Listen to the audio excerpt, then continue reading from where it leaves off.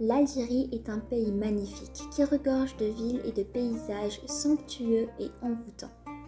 Oran, surnommée El Beria, est la capitale de l'ouest algérien. Elle demeure la deuxième plus grande et plus importante ville d'Algérie. Métropole économique, elle conquit le cœur de ses visiteurs grâce à son histoire et son riche patrimoine. Elle est localement prononcée Wahran, qui signifie deux lions. Cette référence animale pourrait s'expliquer par la présence passée du lion de l'Atlas au nord-ouest algérien. On retrouve notamment cet emblème au niveau de l'hôtel de ville, où une statue de deux lions réalisée par Auguste Kane orne la bâtisse. Elle compte 1,5 million d'habitants sur une surface de 2114 km². Wahran est une ville populaire de la mer Méditerranée, située au nord-ouest de l'Algérie, à 432 km de la capitale d'Alger. Elle est dominée à l'ouest par la montagne Mourjadjoun, qui est d'une hauteur de 420 mètres, ainsi que par le plateau de Moulay Abdelkader el-Jilani. L'histoire de la région remonte à l'Antiquité, et les civilisations phéniciennes et carthaginoises l'ont traversée. Puis, les Romains sont venus et ont fondé la colonie d'Unica Colonia. Avec leur arrivée, la présence chrétienne apparaît au IVe siècle. Après les Romains, Unica Colonia tombe entre les mains des Vandales puis des Byzantins. Après les conquêtes islamiques, elle fit partie du califat omeyyade puis abbasside.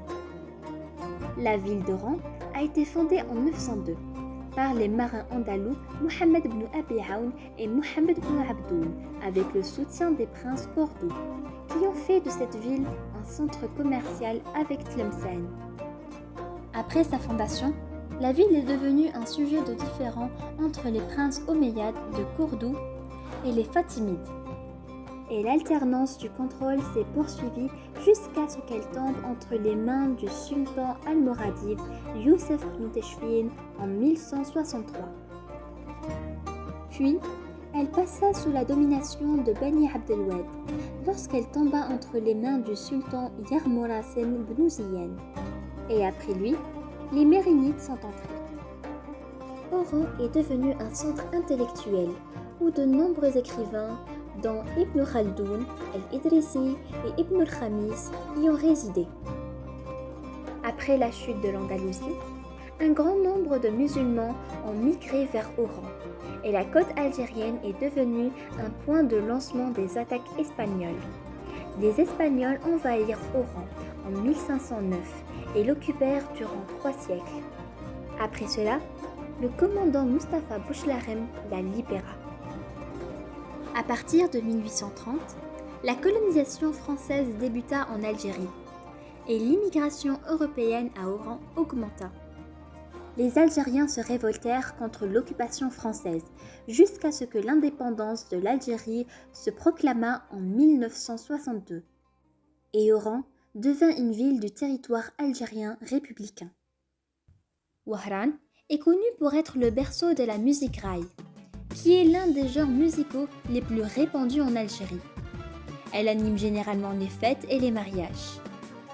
Oran est aussi connue pour sa somptueuse blousa, une robe traditionnelle algérienne, emblème vestimentaire de l'Oranie. El Bahia est renommée pour sa gaieté et sa joie de vivre. Ses habitants sont accueillants et très chaleureux. Oran est une ville qui a su prendre le meilleur de ses anciens colonisateurs et de ses voisins. La cuisine oranaise est méditerranéenne nord-africaine, influencée surtout par la cuisine sud-espagnole, avec quelques recettes marocaines et une pincée de cuisine française. Vous serez sûrement tenté par la harira, préparée généralement à base de levain qui lui donne une texture particulièrement onctueuse. Elle reste encore et toujours le plat emblématique du mois sacré de Ramadan. Oran est connu pour sa mouna, une petite brioche en forme de dôme, ou encore son fameux crêponné, un sorbet traditionnel algérien au citron, tous deux inventés à Oran. Et pour finir, la célèbre kerentika, la reine incontestée de la cuisine oranaise. Ce plat rapide inventé au fort de Santa Cruz peut être dégusté à chaque coin de rue. Le saviez-vous ? Il existe plus de 800 mots oranais issus de la langue espagnole, tels que el medio, el chancla et encore kelentica, dérivé du mot caliente qui signifie chaud. Oran est une ville magnifique qui mérite d'être visitée.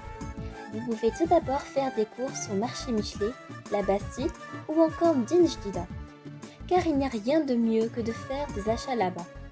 Vous vous amuserez à faire de bonnes affaires à Din Jdida et à découvrir de l'artisanat ou encore des jolies babioles en souvenir. Puis admirez le coucher du soleil dans le boulevard du Franc de Mer. Vous pouvez aussi visiter la vieille ville de Sidi El Houari, où vous pourrez voir à travers votre balade la vieille mosquée de Hassan el-Pacha, un véritable joyau de l'architecture islamique ottomane. La côte oranaise regorge de très belles plages, notamment Corrales, les Andalouses ou encore Bousfar. De magnifiques plages de la corniche oranaise, où vous pouvez y faire bronzette. Et bien sûr, la cerise sur le gâteau, Santa Cruz. Vous ne pouvez pas prétendre avoir visité Oran sans avoir vu le célèbre fort espagnol Santa Cruz. L'Aïdour est une colline de 420 mètres surplombant la ville d'Oran.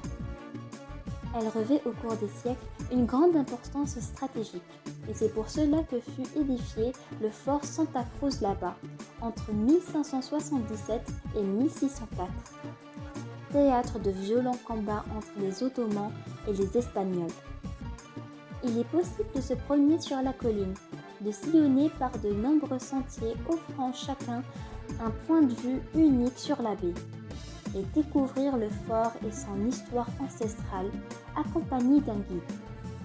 Tous ces atouts font d'elle une ville unique et prospère, et avec la venue des Jeux méditerranéens, Oran et ses habitants n'hésiteront pas à vous accueillir les bras ouverts. Cette vidéo vous a été présentée par Touahlia Nora Jihen. Merci de votre attention et sur ce, je vous dis Ma'aslama.